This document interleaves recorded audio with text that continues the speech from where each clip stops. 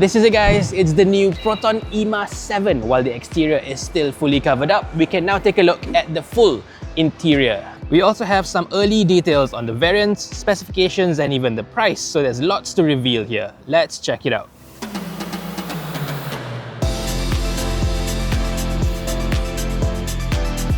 In one word, this interior is modern. It's dominated by this massive 15-inch screen and it's ultra high-res too, 2.5K. This nice wallpaper you can just swipe to cycle through, and it has been confirmed that this will get Apple CarPlay and Android Auto. Not quite at launch, but in 2025.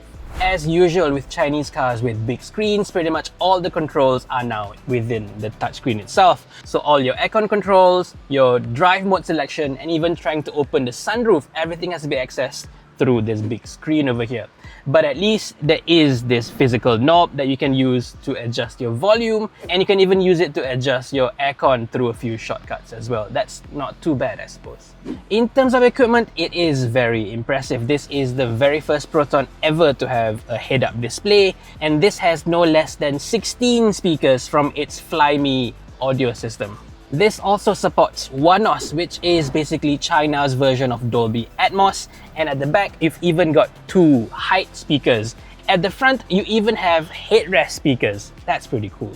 Here you have access to spatial sound, where you can have the driver headrest play all your phone calls and navigation so it doesn't disturb the rest of your occupants. And then you've also got virtual venues where you can make the interior sound like a recording studio, a music hall, an opera house, or even a concert. That's pretty cool. Other than that, you have a lot of other interesting features in here. You have multiple energy recovery or brake regen settings, including auto. This is usually only on very expensive premium EVs. You can also set your steering power assist and even a comfort or sport brake pedal feel. Even the key of this car looks really good, and you've got easy entry and lock. But having said that, the interior section is a bit of a mixed bag. This center portion is all nice and soft and pretty high quality, and the seats are super comfortable as well. But the top portion, it's a little bit hard. It doesn't feel super premium in here. The good news is, unlike a Tesla, you still do have a digital instrument cluster, somewhat like a Smart, although the two-spoke steering wheel does look a little bit awkward. At the back here, it is extremely spacious. Just look at the amount of leg room that I have. This is much bigger than in a Proton X70. Plus, the seats are again super comfortable, and there's two levels of recline that you can choose. Beyond that, you've got your two regular aircon vents down the middle, a pull-out drawer, and another one back here where you can actually fit two pairs of, dirty shoes or something. The boot isn't all that big. It's between 4 to 500 liters at most, and you don't have any form of a tonneau cover up top, which is a bit weird.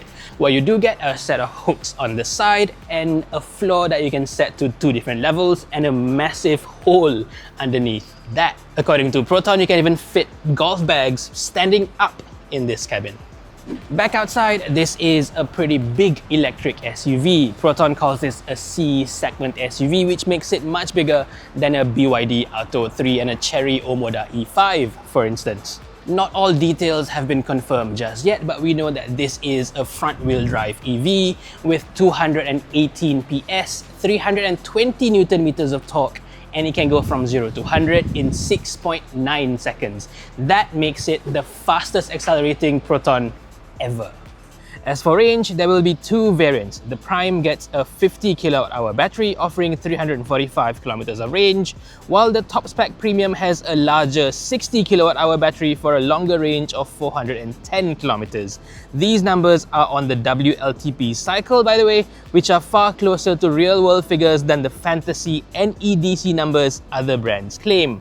The battery here is Geely's own short blade Aegis LFP pack, which is claimed to have far higher energy density than a typical LFP battery.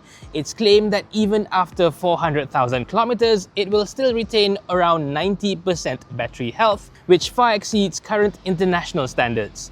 As you know, this Proton eMas 7 is based on the Geely Galaxy E5, or its export name, the EX5. But Proton insists that this is not a simple rebadge job because it was co-developed with Proton from the very start.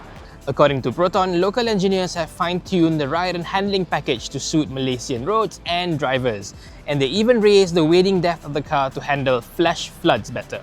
Having said that though, this being a prototype, if you look too close, you'll still see a few Geely badges instead of Proton.